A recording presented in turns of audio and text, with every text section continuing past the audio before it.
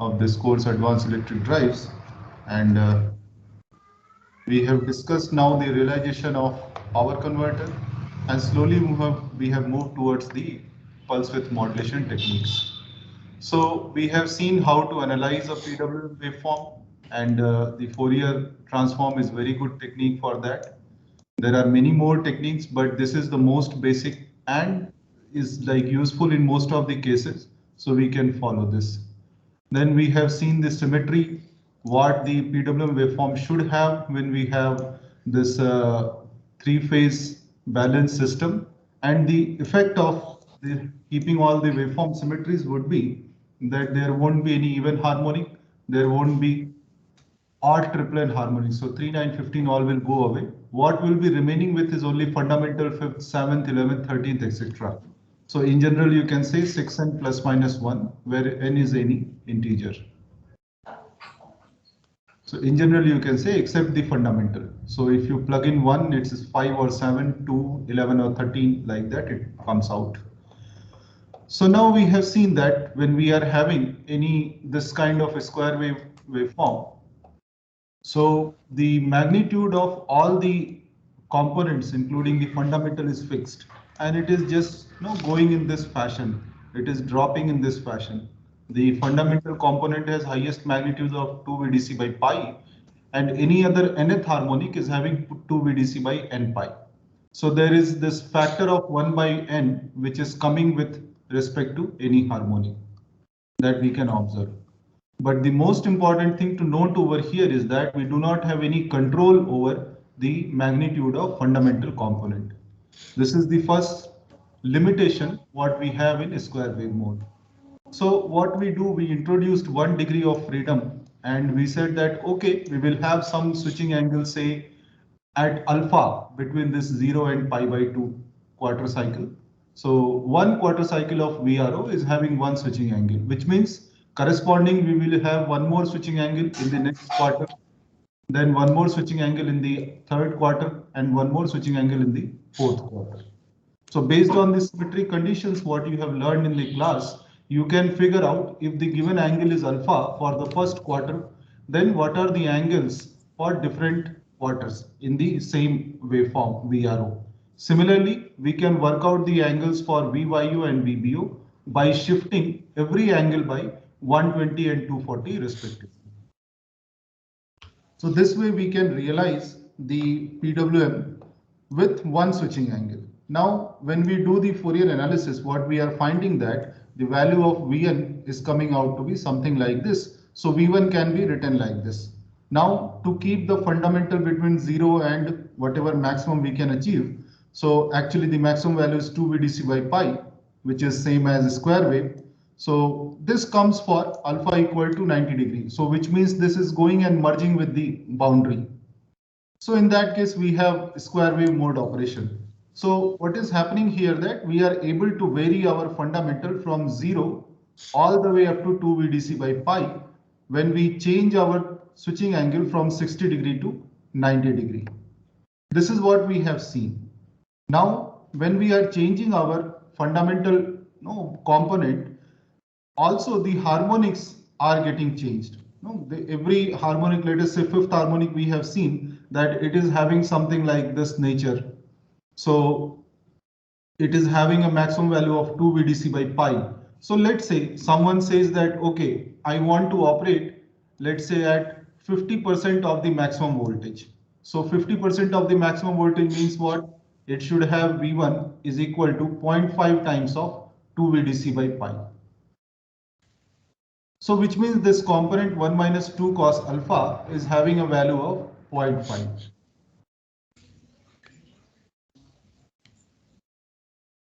So what we can do, we can identify what is the alpha over here.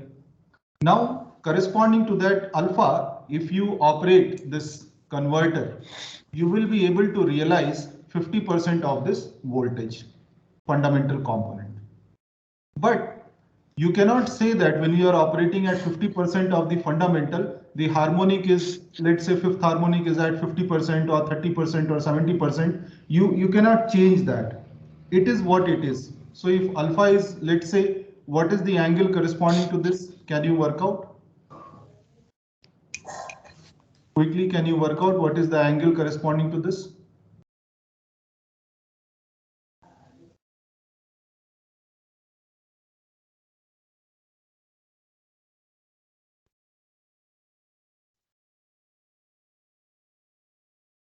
The 75.52.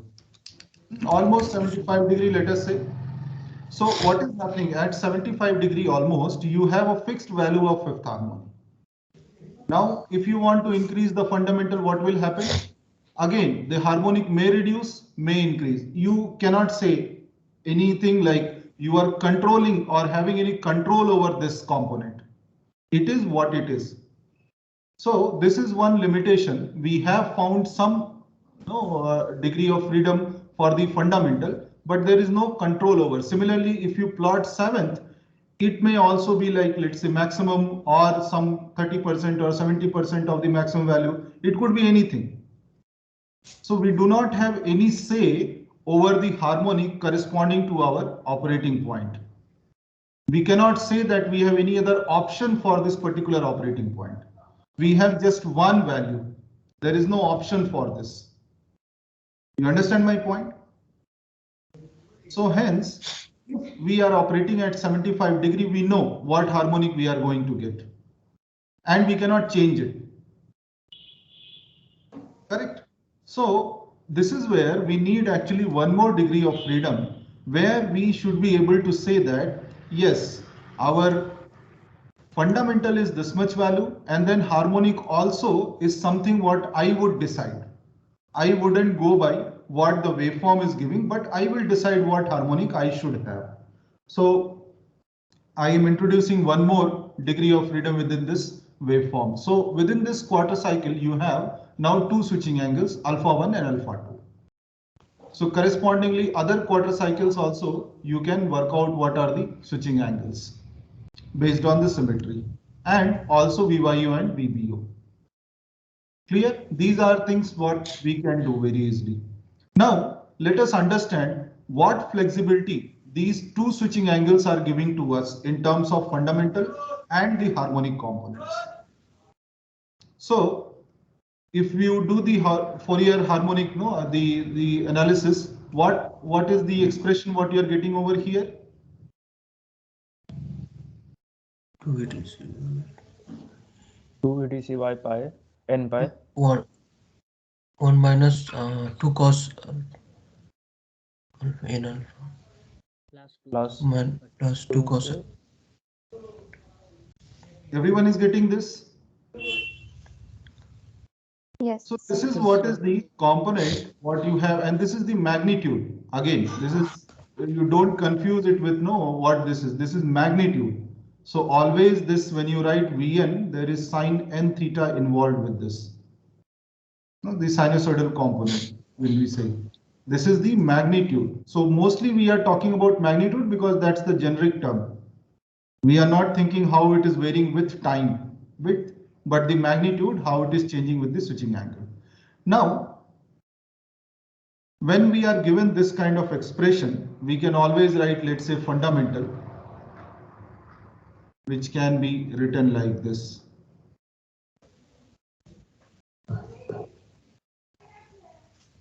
Okay. Now, obviously, because we have alpha 1 and alpha 2, two switching angles coming over here. So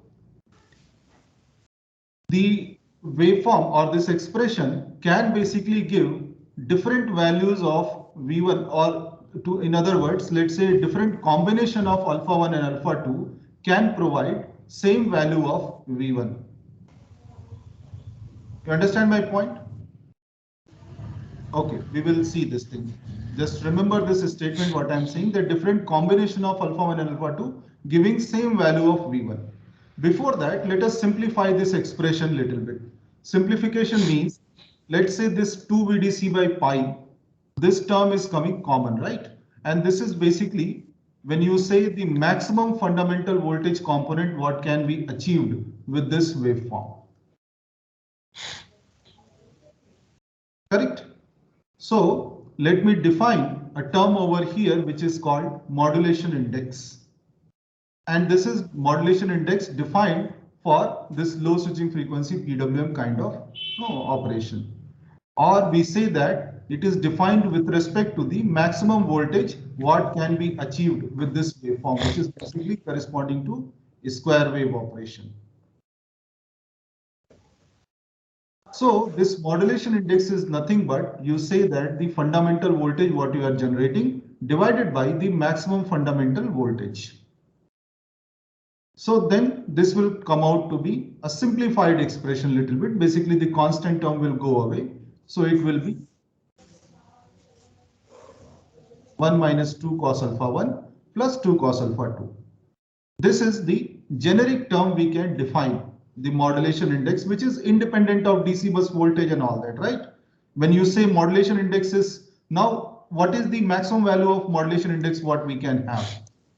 So obviously this, because this is the maximum value, so you can have maximum value of M to be 1 and minimum value could be -1, but we are confining to positive value of operation. So it can change between 0 and 1. So in general, I can write M can vary between 0 and 1. We are not going for the negative amplitude of the fundamental. Maximum value is obviously 1, right?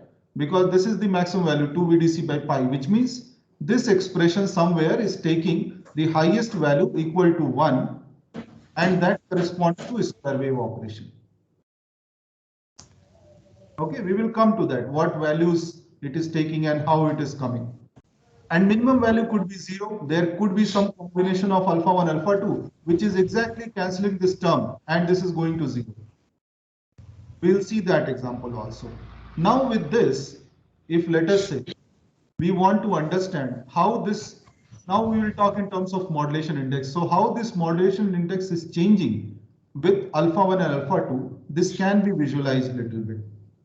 So let us say, if I ask you, say alpha 1 is equal to 45 degree and alpha 2 is also equal to 45 degree. Is this possible combination? Is this combination possible? Say this is my waveform. No, sir.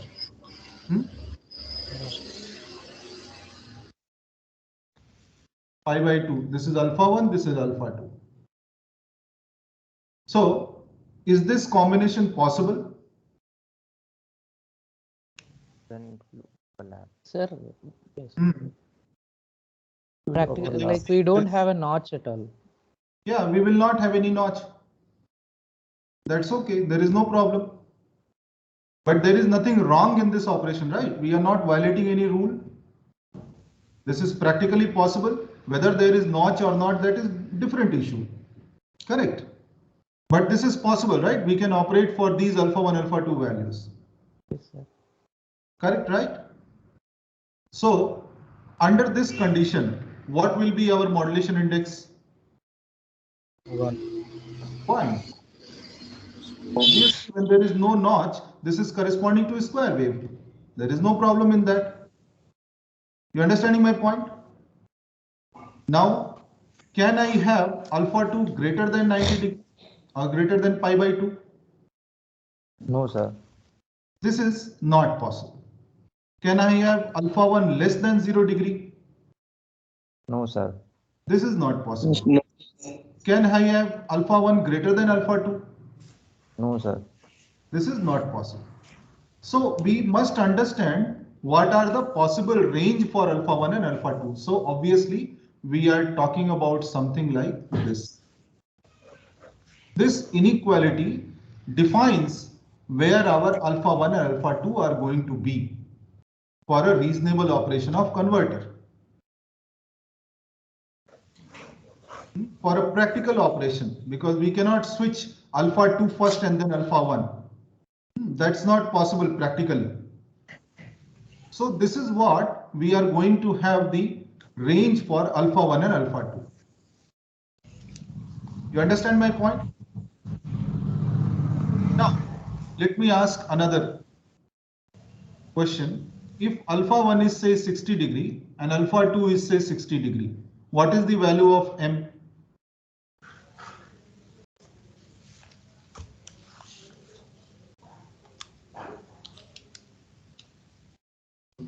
One. Sir. Yes. One. Do you see the different combination giving the same value? Do you see this point? In general, Yes. if I say alpha 1 is equal to alpha 2, what is the value of M? One. 1. One. So which means for all possible combinations of alpha 1 and alpha 2, where these two values are exactly equal, I am operating with the square wave mode of operation, which means my modulation index is maximum. You understand my point? Yes, sir.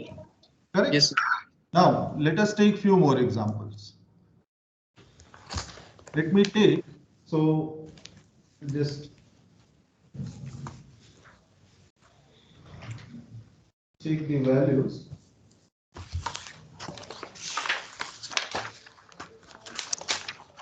Okay, if I ask you, is check the value of M for alpha equal to 0 degree and alpha 2 equal to 26 degree. What is the value of M?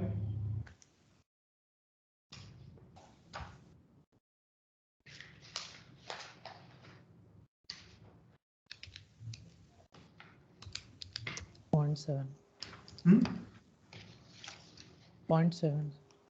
No. Check the other decimal values also. How much you are getting? Is it just 0.7? 0.7975. 7975. 7975. So almost we can say nearly 0.8, right?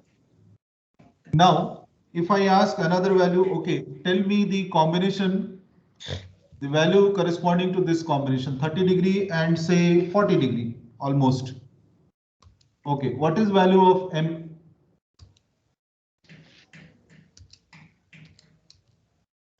Point 0.8. So 0.8.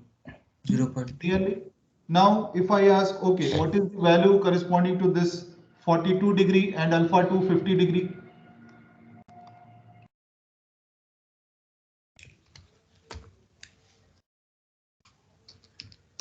0.799. Nearly 0.8, right? Yes, sir. Now, if alpha 1 is, let us say, another extreme value, say 84.5 degree and alpha 2 is 90 degree. What is value of M?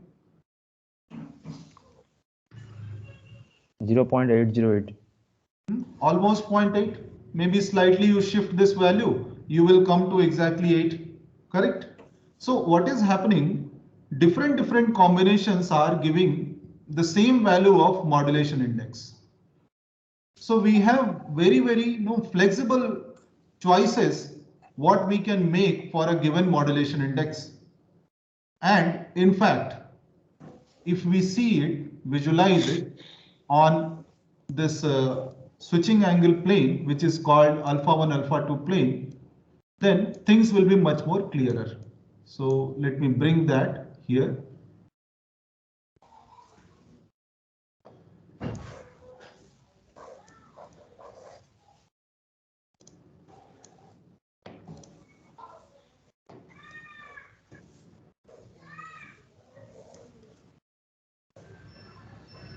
It's getting blurred.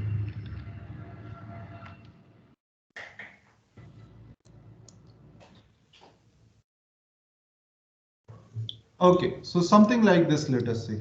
Now, this is our alpha 1 alpha 2 plane, basically meaning what? We are plotting the modulation index in this plane of switching angles alpha 1 and alpha 2. Correct?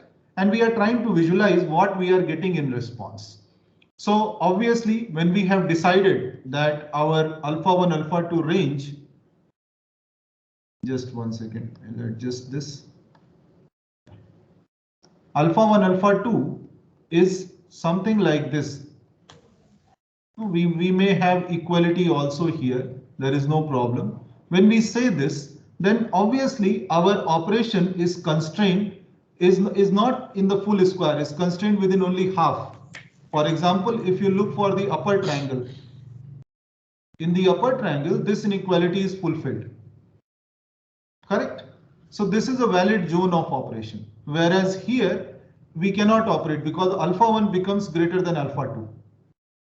So we will not operate for any point which lies in the lower triangle. The feasible operation happens only in the upper triangle. Now we have seen that whenever we are keeping alpha 1 and alpha 2 equal, our modulation index is 1, which corresponds to basically this line. Whatever is this diagonal line is drawn, that basically corresponds to all the switching angles which have alpha 1 equal to alpha 2. And hence this curve or this line corresponds to modulation index equal to 1. So any point you pick up on this line, it will give you the same modulation index, which is m equal to 1. You understand the point? Now we have talked about 0.8. So 0 and 26 degree is, let us say, somewhere this 15, 30, yeah, somewhere here, let us say 0, 26. No, the other combination what we have worked out. Then 30 and 40 degree may be somewhere here. Okay, let me draw with different color.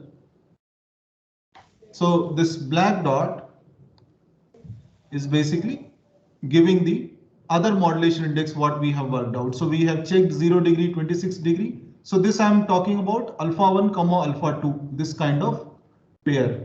Then there was 30 degree, 40 degree. Then there is something like 42 degree and 50 degree. And another combination could be, let us say, 70 degree and 76 degree. And one more combination could be 84.5 and 90 degree. All these combinations will basically give same value of modulation index, which is 0.8. So let us plot on this. 30, 40 is there, then 40 to 50. So this is 45 somewhere little bit inside, and then 45 little bit higher here, 50. So somewhere here, and then we go for 70 and 76. So this is 60, 75 somewhere here, and then this comes 75 and 76 here. And then finally we have 84.5 and 90. So 75 and 9 more angles on this side. So something like, say, here.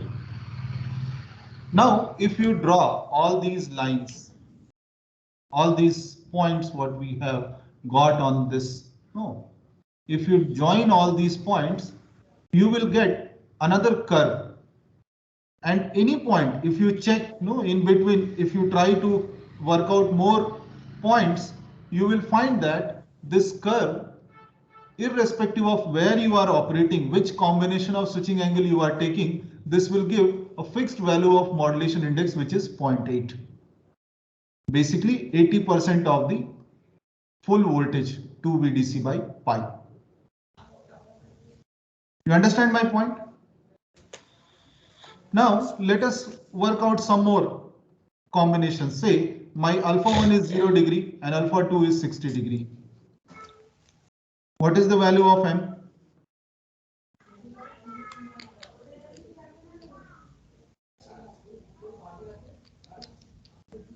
Zero. Zero. And let us say alpha 1 is 60 degree and alpha 2 is 90 degree. What is the value of m? Not Zero, sir. Yeah, m value equal to 0. So basically what is happening? Two extreme points we have got, and then we can join it with a smooth curve. So yeah, just a second. The point over here and the point over here. Okay, I can draw with blue color. That is better. Here and here. This is what is. First one is 60, 90, and second one is first one is 0, 60, and second one is 60, 90. Adjust the thickness little bit. Yeah.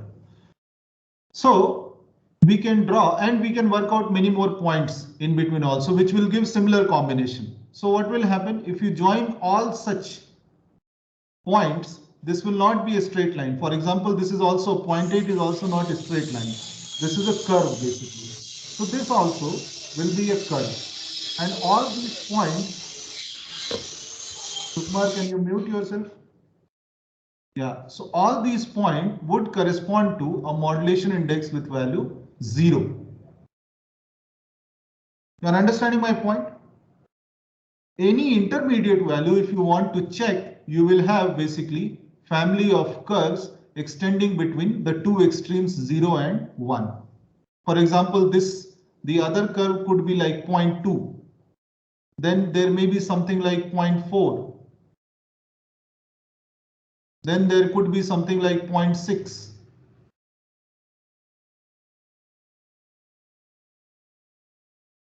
So different curves are giving set of angles for which we will get the same value of fundamental voltage. Are you getting this idea clear? So if I just write on these curves what these modulation indices are. So first one we have seen 0, then say this is very close to 0.2, this is 0.4, this is 0.6, this is 0.8 and 1. Now we have choice what we can do if we want to operate for a particular value. Let us say M equal to 0.2 or 20% of the final voltage. So what I can do? I have this whole curve available for my operation. I can pick up any point on this. Similarly, if someone says that, okay, now operate for 40% of the maximum voltage, I can pick up any point on this curve and I can operate my my converter. Similarly, for 0.6, 0.8 or any other intermediate value, you can work out many more curves, say 0.1, 0.5, then 0.3, 0.5, then 0.7, 0.9, all these can be worked out very easily. And we can have any value of M which is possible for different, very big number of combinations. Correct? Now, whenever we are operating, let's say our motor. So what we say that basically, let's say we are going for V by F. So V by F suggests that we should have the frequency and voltage maintained in a certain ratio except the very low value of frequency. So it goes something like this and then it becomes flat. This is somewhere the rated frequency and rated voltage. Correct? So which means what? When we are operating our motor, it is going to operate from 0 Hertz to the rated frequency. Then that means my voltage should also increase proportionally in that manner. It cannot be random, right? When we are running a motor, we are maintaining V by F ratio constant. So which means there has to be some way in which all these switching angles are going to change for achieving one modulation index, achieving all the complete range of modulation index. You understand my point? Somewhere this fundamental voltage is related to modulation index, this we understand. So when we are increasing fundamental voltage or trying to increase fundamental voltage, basically we are trying to operate from lower value of modulation index to higher value of modulation index. Understanding my point? So for example, this line, what I have drawn over here, say you may call it line AB. So when you move from point A to point B and whichever corresponding alpha 1, alpha 2 you are getting on this path, you can keep having for your converter, and what you will achieve that your fundamental voltage will increase with your frequency in a fixed manner.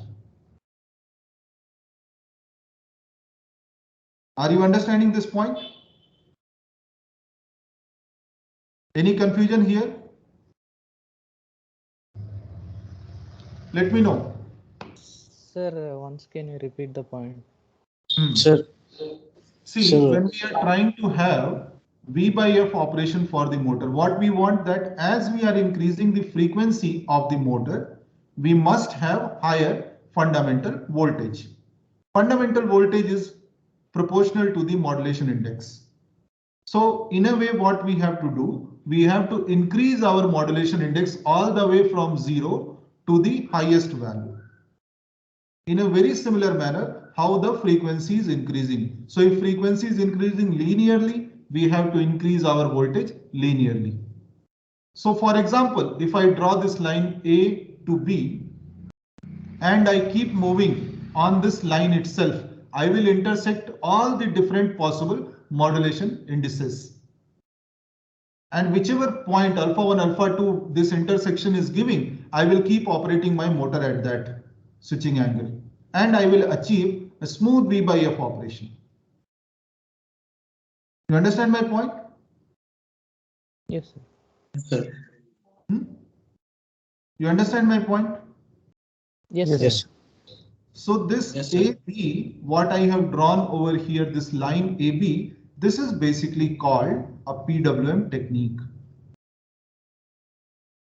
What is meaning of PWM technique is that you are increasing your modulation index in a certain fashion, going from all the way to the zero value to maximum value, from the zero value to the maximum value. You understand the point? This is the idea of PWM. For one switching angle, we are also doing the same thing. We are increasing our switching angle from 60 degree to 90 degree, and we are achieving from 0 modulation index to 1 modulation index. Here we have more flexibility, but this is what it means. You can pick up any point on this curve m equal to 0, and you can draw a line all the way going up to m equal to 1, and whichever intersection points you are getting corresponding to that, you pick up the alpha 1, alpha 2 angles and operate the converter. That's the idea. Now, it's not necessary that this line has to be here. It could be here as well. Say another example, CD. It could be here as well. Say EF. All these curves, all these lines will give exactly same operation for the motor or the converter with respect to the fundamental component.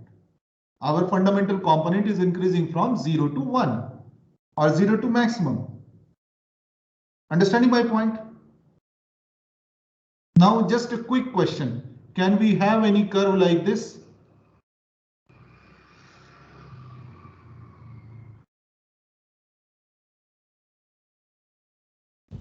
No, sir.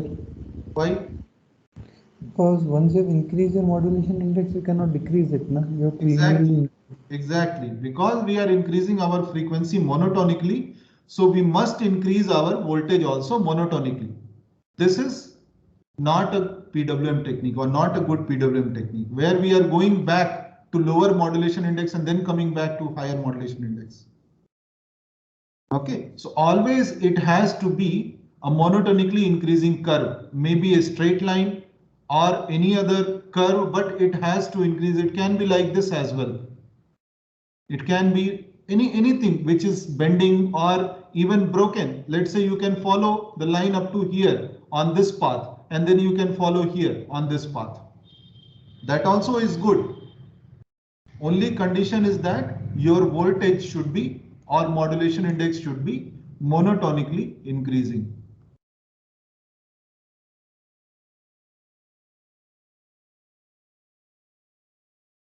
All these examples except this going back curve, what I have drawn, all these PWM techniques are, whichever are monotonically increasing, are actually good examples of a PWM.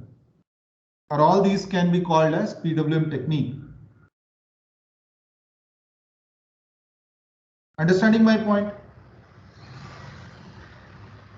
With respect to the fundamental voltage, there is no difference at all among all these waveforms what I have drawn, except this. I am ignoring this now.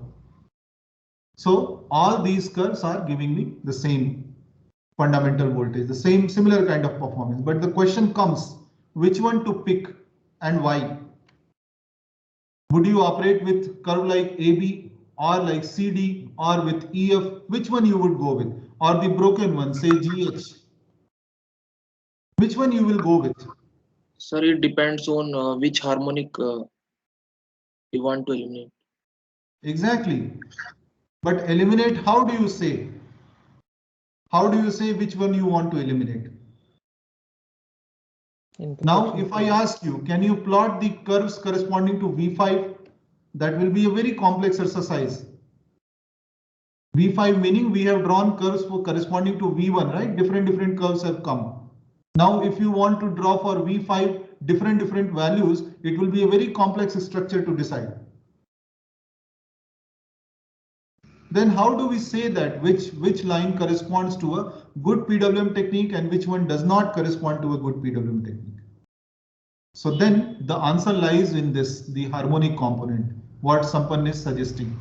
But we need to understand, when we say harmonic, we also need to understand there are basically two components, right? In any PWM waveform, there is fundamental and then there is harmonic. Now, when you say, yes, we want to get rid of harmonics, the obvious question will come, which harmonic? Because harmonic is something like starting from fifth and all the way going up to maybe hundreds or even further. Which one do you want to eliminate? Which one do you want to minimize or reduce? Which one we should focus on? The lower harmonic. Why? Fifth and seventh. Why? So, Which has a larger impact over which They are distort our dominating. fundamental mode. So larger Because impact, how do you decide? because the higher order impedance have higher order harmonics have lower impedance, we can ignore that. That is true, but how to quantify that? These are all things which are said. How to quantify that in terms of motor? Let's say you have induction motor. You already pointed out that what will be the harmonic content with respect to each frequency. The formula we already discussed. So based on that Yes. formula, it is already. Yes, What will be the harmonic content as the n increases? So already we the are seeing that the value amplitude is having something like n pi, right? Correct. This is what you are trying to say, Deepak? Yes, sir. Already we are seeing that there is the factor of n coming over here. But we also need to see that yes, n is there. That is one level of, say, reduction in the harmonic. But this factor also cannot be ignored. Correct. So combination may not necessarily give a low value. It may be sometimes high also. But yes, let us say when we talk about 50th harmonic or 100th harmonic, yes, of course, this is dominant and so we will have lesser value of this higher harmonic. And so we need to worry about the lower order harmonic. This is true. One level of truth is there. But let us try to understand the impact of any voltage harmonic on the motor. When you have induction motor and you are running with any general PWM voltage, VPWM you are feeding, what is the impact of different components on this motor?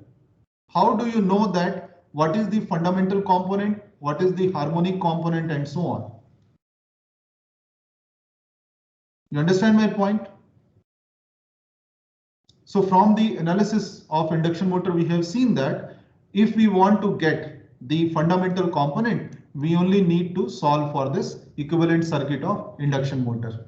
There is no problem in that, right? We can see what is the slip value and then we can work out all the other variables. We can get the value of fundamental. But what about harmonic?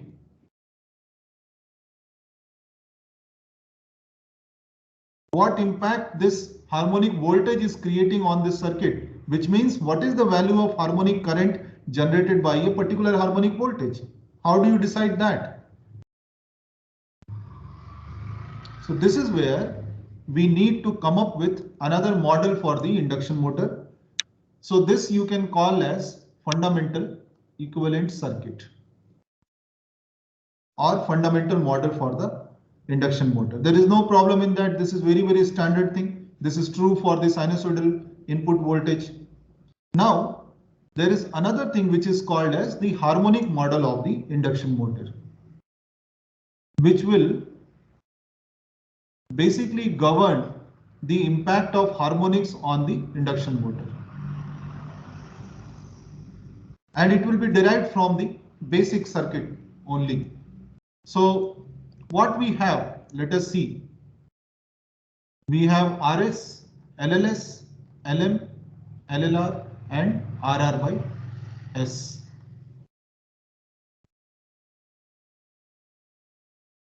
Now first, let us clear out this term. We have slip, right? How is slip defined for fundamental component?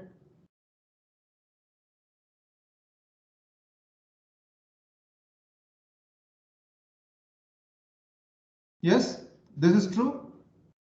Yes, sir. Yes. Correct. Now this is slip corresponding to the fundamental component. Say I can call S1. Superscript I can put as S1. Now what I want to know is that what is slip corresponding to nth harmonic. Now when you inject, let us say this is your motor, you are injecting some nth order harmonic in this. There is no fundamental at all. Okay. Or you can say along with the fundamental, when the motor is running at certain speed, you are also having some harmonic injected on this. Now we want to know what is the slip corresponding to that particular harmonic. So when you inject that harmonic, what will be the synchronous frequency corresponding to that harmonic? N into omega S. N into omega S. What will be the rotor frequency corresponding to that? Omega R. Omega R. Rotor frequency is not going to change. That's a mechanical quantity. Correct? That is defined by where your motor is running with respect to the fundamental component, fundamental frequency. Again, in denominator also you have n omega S. So if this n value is sufficiently large, what you will see that this is nearly equal to 1. So value of slip for any harmonic component is almost equal to 1. Understand my point? Yes, sir. Yes, sir. So RR by S is nearly RR, which means we have a very simple circuit to analyze now. What is this circuit? It is having all these parameters which are independent of any speed. Correct? So then we have RR, LLR, LM, LLS, RS. Now again, when you are talking about the impedance corresponding to all these components, the impedance of the inductor is also dependent on the frequency. For example, if you talk about XM for the nth order frequency, this will turn out to be J n omega Lm. Similarly, for LLS or LLR, you can have say XLS n, this will be J n omega LLS, and so for the LLR. Correct? So this impedance is also getting multiplied by factor of n. Now when you have two branches connected in parallel, Lm is very high value compared to LLR. This we have seen, right? Some of the examples we have seen. Lm is pretty big value compared to LLR. And RR is also coming without slip, so maybe a small number only. So compared to this branch parallel branch is having pretty high value. So parallel combination, we can ignore this. Correct? So what we will be left with in this circuit is basically RS, LLS, LLR and RR. So we have disconnected the magnetizing branch.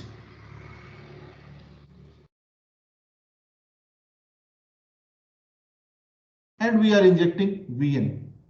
Again, if you see the value of RS and RR compared to this XLS n and XLR n will be a small number. So I can write RS plus RR is very, very small compared to XLS n plus XLS. sorry, XLR N. And then I'll be left with only leakage component of my induction motor, LLS and LLR. This is basically the harmonic model for the induction motor. So if you are injecting say VH harmonic, then the current IH can be computed on basis of this leakage component alone. Understanding my point? And this model will become more and more accurate when we go for very, very high value of the harmonic order. So IH can be written as VH by total this XL, let us say. The total leakage impedance. So J you can introduce over here, but let us talk about the magnitude. So then this can be written as VH divided by N omega LL, where LL is the total leakage, LLS plus LLR. Okay, it's getting stuck. Yeah. So LL is nothing but LLS plus LLR. Now this gives me understanding about what my component is going to be corresponding to this harmonic input voltage. So if I ask you, let us say, no, what is the current flowing in the motor when you feed any PWM voltage? So we can use superposition. And what we can do, we can solve first the circuit corresponding to our fundamental component. Then you can solve the circuit corresponding to the harmonic, any particular harmonic, say 5th, 7th, 11th, 13th, all that you can take and you can solve. And then the combination, that is the total current, will be I1 plus I5 plus I7 plus I11 plus I13 and so on. Then the total current can be worked out in this manner by using superposition. Correct? Now, interesting thing to note over here is that if you talk about the harmonic order or the harmonic current, IH, there is again a factor N coming over here corresponding to, okay, let me write as IN, so that will be better actually.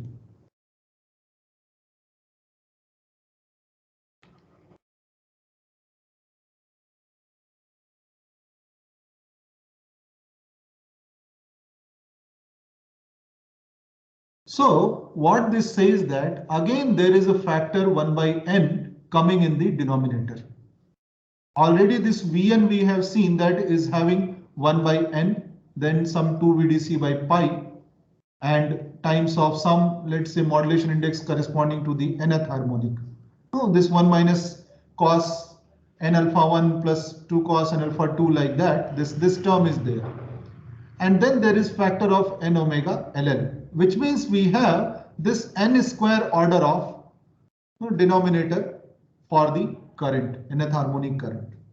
So IN is basically proportional to, you can say, the Vn, or you can say simply that is proportional to the square of the order.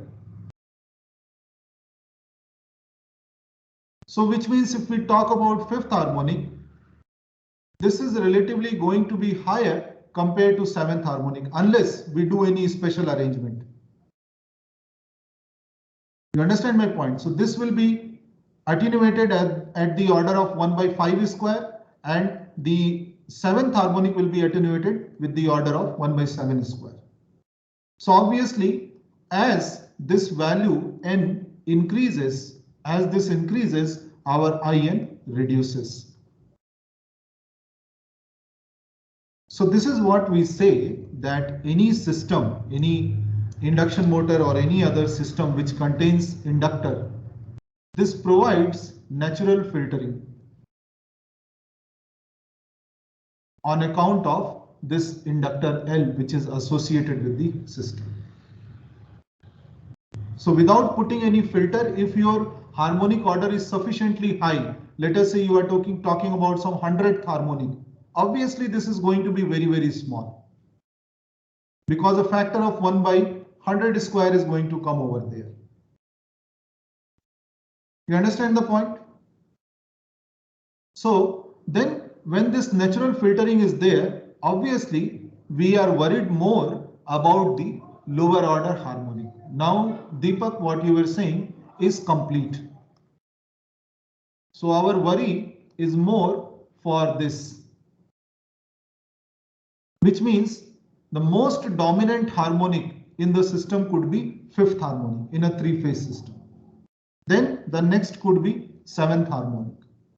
Then after that it could be 11th. Then after that it could be 13th, and so on. The number will keep on continuing. So what we need to worry about is that first the lowermost harmonics, the most dominant harmonics, say 5th, 7th, etc. Right?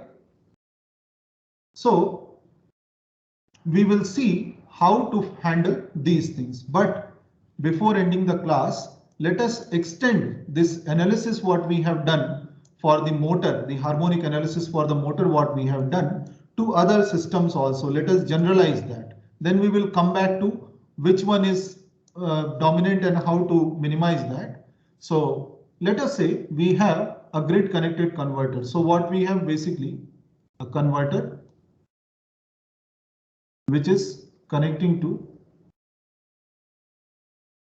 grid. Something like this.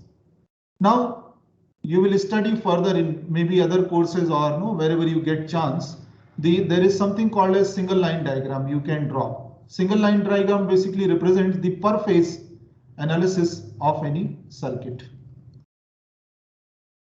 So basically what it says that whatever per phase voltage you are applying from this converter and whatever per phase grid voltage are available, basically these can decide what harmonics you are or what value of current you are going to have in this system.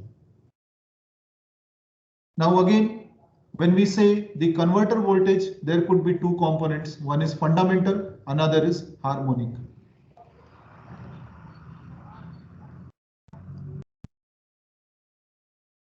So say this is V1, this is Vn, and this is Vg. Now how do we solve for the current in this circuit? So what we can do, again we can apply superposition. Say if I give you a general circuit to solve that, okay, we have a source with omega 1 frequency at one end and omega 2 frequency at the other end. How do we solve for this?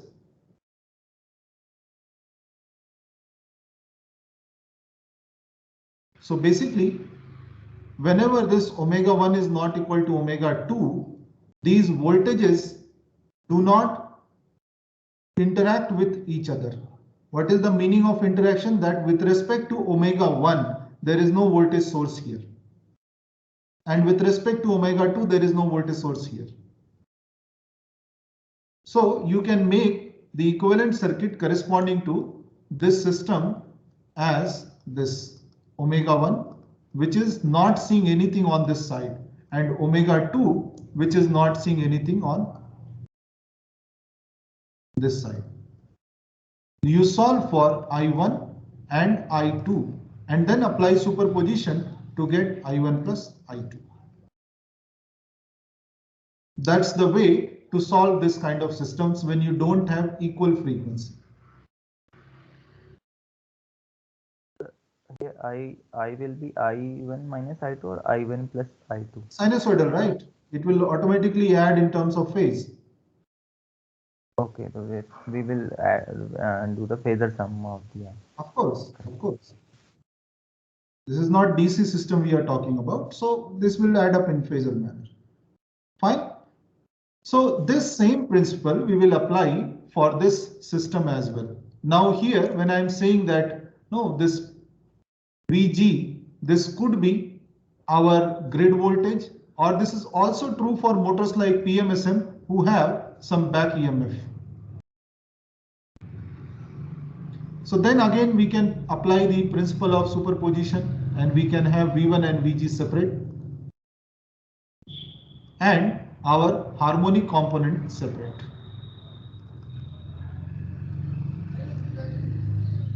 Now we can solve for one I1 over here, and we can solve for IH over here.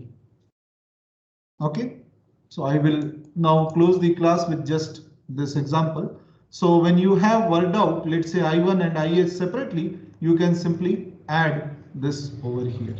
And again, because this circuit is having only inductor and the harmonic voltage, so again we know that IH is nothing but VH divided by N omega L.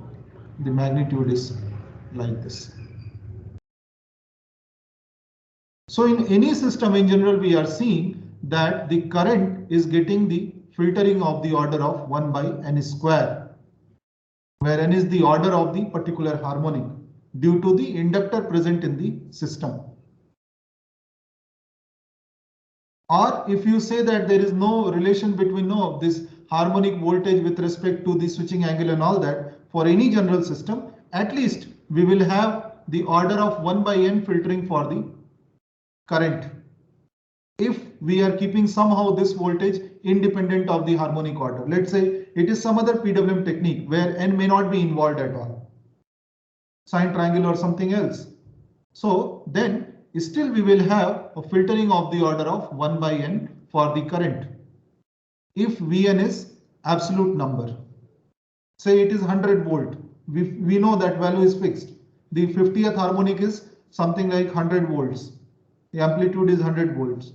Still, we are going to see 1 by N order of filtering for the current.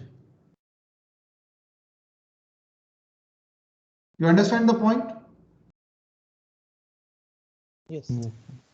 Good. So let me stop over here, and then tomorrow we will discuss what do I mean by PWM technique when I call this name.